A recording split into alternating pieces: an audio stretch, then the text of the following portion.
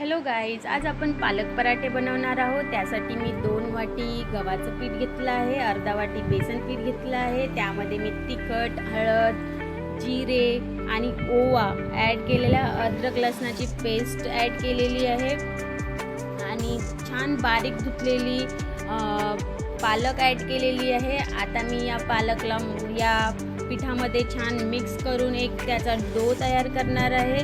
त्यासाठी आधी मी त्याला मळून घेणार पिठाला आणि पालक त्यामध्ये ॲड करून घेणार आणि त्याचा एक डो तयार करणार। तर बघा, डो तयार झालेला आहे आणि त्याला मी वरून तूप लावून 10 मिनिटासाठी ठेवणार आहे तसंच, कारण की ते छान पद्धतीने व्यवस्थित ते डो तयार झाला पाहिजे आणि आपल्याला पराठे लाटायला काही परेशानी झाली नाही पाहिजे। त्याच्या आधी मी टमाटरची चटणी बनवणार आहे पराठ्याबरोबर खाण्यासाठी। तर त्यासाठी मी 2 कांदे घेतले आहे, कढीपत्ता घेतला आहे, 2 टमाटर घेतले आहे, मिरची घेतली आहे आणि सांबार म्हणजे कोथिंबीर घेतलेली आहे। चला तर आपण आता फोडणीची तयारी करू। त्यामध्ये मी छान गरम झालेली कढई घेतली आहे आणि त्यामध्ये आता मी 3 कळ्या तेल टाकते। ते तेलही गरम होऊ देणार आहे आणि त्याच्यामध्ये आपण त्याला फोडणी देणार आहोत। तर आता तेल गरम होत आहे। जसं तेल गरम झालं तसं तुम्ही त्यामध्ये जिरे टाका, मोहरी टाका आणि त्यालाही छान तडतडू द्या आणि व्यवस्थित भाजू द्या। त्याच्यानंतर मी त्यामध्ये कढीपत्ता घालणार आहे। कढीपत्ता घातल्यानंतर कढीपत्ताही छान फुटला पाहिजे, म्हणजे छान तडतडला पाहिजे। त्यासाठी माझा झालेला आहे इथे। त्याच्यानंतर आपण त्याच्यामध्ये नेक्स्ट कांदे घालणार आहोत। कांद्यांनाही छान आपण शिजू देणार आहोत तेलामध्ये। छान त्याचा कलर चेंज होतपर्यंत आपण त्याला शिजू देणार आहोत। आता मी मिरच्या घातल्या, याच्यामध्ये मिरच्या पण छान शिजू द्यायच्या आपण तेलामध्ये। त्याच्यानंतर याला खालीवर करून घेऊ छान पद्धतीने, जोपर्यंत हे शिजत नाही।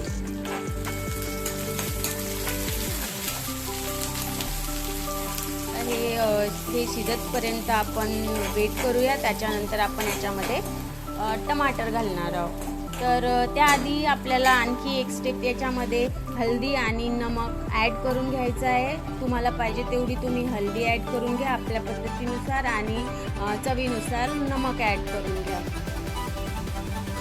नमक ॲड केल्यानंतर आपण ह्याच्यामध्ये आता टमाटरही ॲड करून घेणार आहोत आणि त्याला 5 मिनिटासाठी तसंच झाकून जोडून देणार आहोत की आपले टमाटरही त्या तिथे शिजून म्हणजे गळून गेले पाहिजे आणि छानशी चटणी तयार झाली पाहिजे।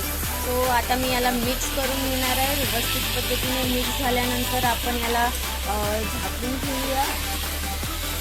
ठेवूया या कढईवर काही 5 मिनिटांसाठी। छान मिक्स करून घ्यायचं आहे अशा पद्धतीने व्यवस्थित। पूर्ण टमाटर, कांदे, मिरच्या सगळे मिक्स झाले पाहिजे आणि छान पद्धतीने शिजले पाहिजे। त्याच्यावर आता मी काही झाकण घालून त्याला 5 मिनिटासाठी तसंच ठेवेल आणि आता बघेल तर बघा, आपली चटणी एकदम तयार झालेली आहे।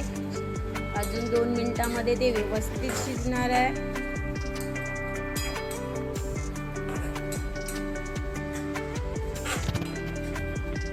चला तर मग तोपर्यंत आपल्याला आता पराठ्याची पण तयारी करायची आहे। आपली चटणी एकदम पराठ्यासाठी रेडी झालेली आहे। आपण या चटणीला पराठ्याबरोबर खाऊ शकतो।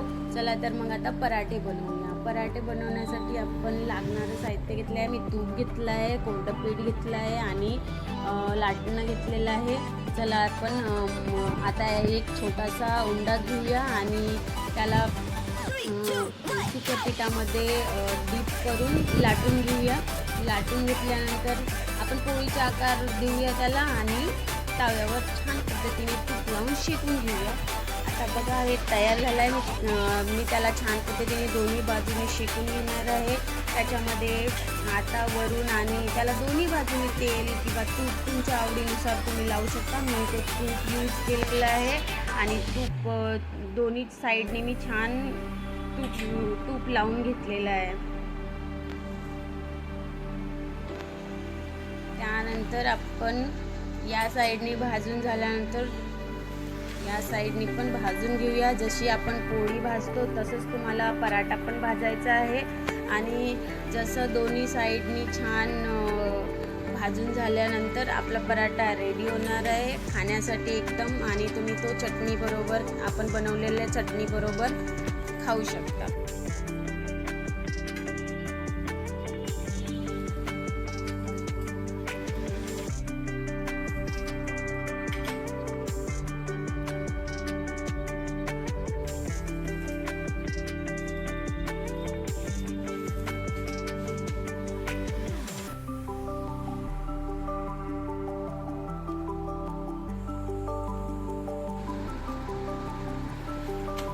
इथे बघा पराठा एकदम एक साईडनी भाजून झालेला आहे. आता दुसऱ्या साईडनी आपण त्याला व्यवस्थित पद्धतीने भाजून घेऊ. या साईडनीही तूप लावून घेऊ. आपण यावर बटरही लावून खाऊ शकतो, पण मी नाही केलं आहे, मी फक्त तूप लावलेलं आहे. चला तर हा आपला पराठा रेडी झालेला आहे एकदम खाण्यासाठी. तुम्ही याला चटणी बरोबर, आपण बनवलेल्या चटणी बरोबर खाऊ शकता. तर गाईज असंच तुम्ही पण बघून बनवा. Thanks for watching my video. Thank you.